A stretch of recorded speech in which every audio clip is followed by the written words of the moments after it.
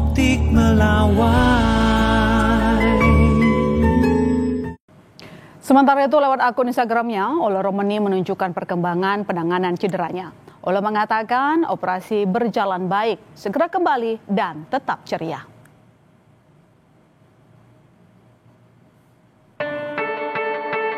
Kabar buruk menimpa Timnas Indonesia menjelang putaran 4 kualifikasi Piala Dunia 2026 zona Asia.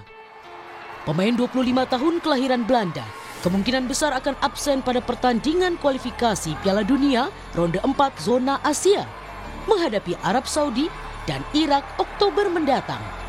Ole juga otomatis absen pada pertandingan FIFA Matchday pada bulan September menghadapi Lebanon dan Kuwait di Surabaya.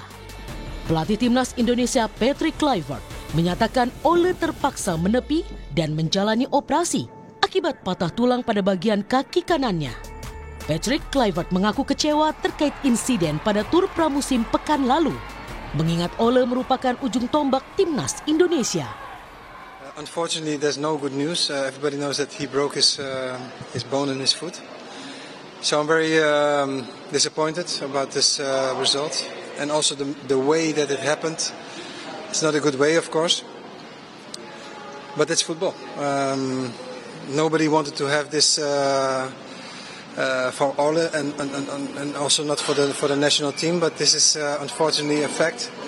And we need to adapt. It's too early to say who we will replace because we got a lot of players who can play in that position. So it's not on me to say now who's going to replace him, but of course the one who's replacing him or the ones who will replace him will do his best to put his effort to have a good result.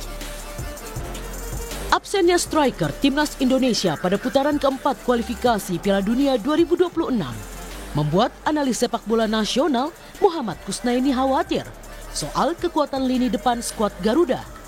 Namun pria yang akrab disapa bungkus ini tetap optimistis anak asuh Patrick Kluivert dapat tampil optimal di putaran 4. Kalau kita bermain dengan kekuatan penuh, sebetulnya kita harusnya optimis bisa lolos. Ya, jangan berpikir putaran kelima dulu, kita berpikir lolos dulu di putaran keempat. Itu sebetulnya skenarionya. Cuma memang begitu oleh dipastikan operasi dengan waktu pemulihan yang kita belum tahu persis, situasinya jadi agak berubah. Sekarang kita harus berpikir main sebaik-baiknya, mudah-mudahan masih bisa lolos ke putaran kelima. Absennya Ole membuat spekulasi bongkar pasang lini depan Timnas Indonesia mulai bermunculan.